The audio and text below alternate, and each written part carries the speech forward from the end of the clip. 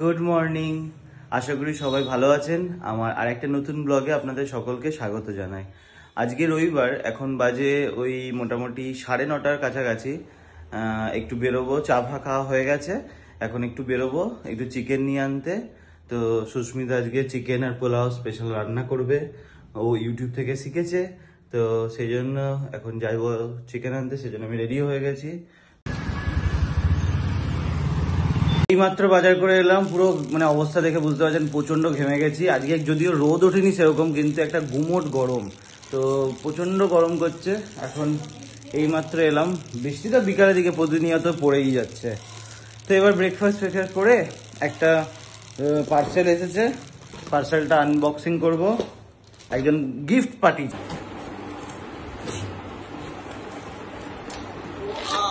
Dry fruit, এটা একটা dry fruits এর ডিব্বা, মিক্স ড্রাই ফ্রুটস।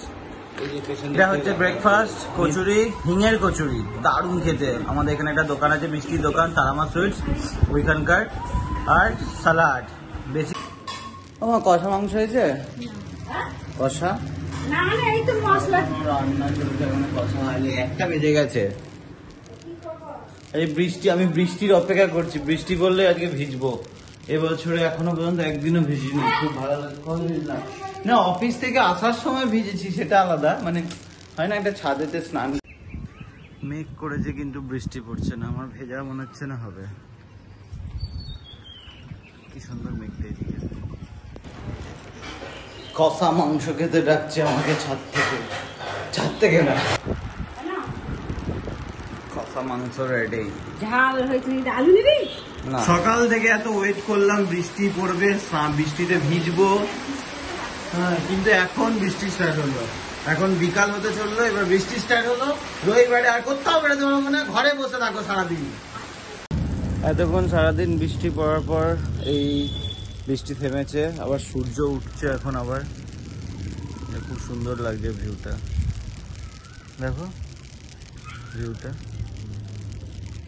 বৃষ্টি পড়েছে তাই আমরা ছাদে উঠেছি। বৃষ্টি কেমন পড়েছে দেখতে, আমাদের গাছগুলোর এখানে সমস্ত জল জল। এখন ঘুরতে দাঁড়া, এখন সন্ধ্যাবেলা একটু বেরোলাম ঘুরতে, এই সৌরভের সাথে। সৌরভ আমার বন্ধু, আমার সৌরভ। এই যে দিয়েছে, এটা আলু পরোটা, পালক পনির আর আমের চাটনি। খুব খুশি হয়ে গেছি খাবার থেকে। তুই আগে ফটো বন্ধ কর। ফেমাস পাঞ্জাবি ধাবা লস্যি।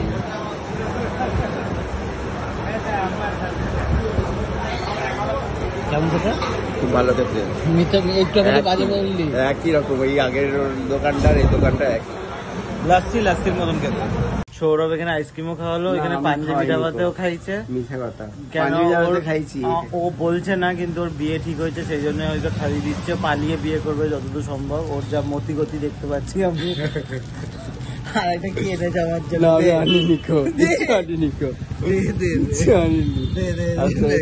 বলেছিলি অনেকদিন ধরে কিনবি, ওই জন্য একটু ঘুরে টুরে বাড়ি চলে এসেছি।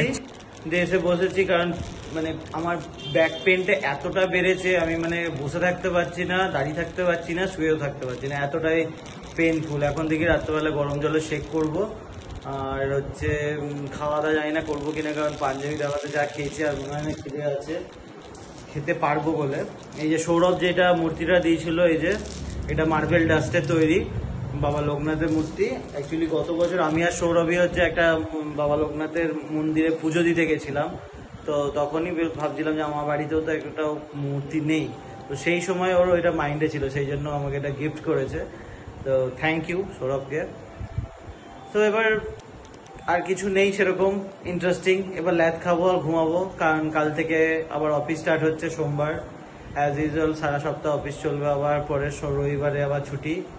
তো যাই হোক, ভিডিওটা এই পর্যন্তই থাক। সকলে সুস্থ থাকবেন, ভালো থাকবেন। আর ভিডিওটা যদি একটু হলেও ভালো লাগে, প্লিজ লাইক করে দেবেন। পেন নাম।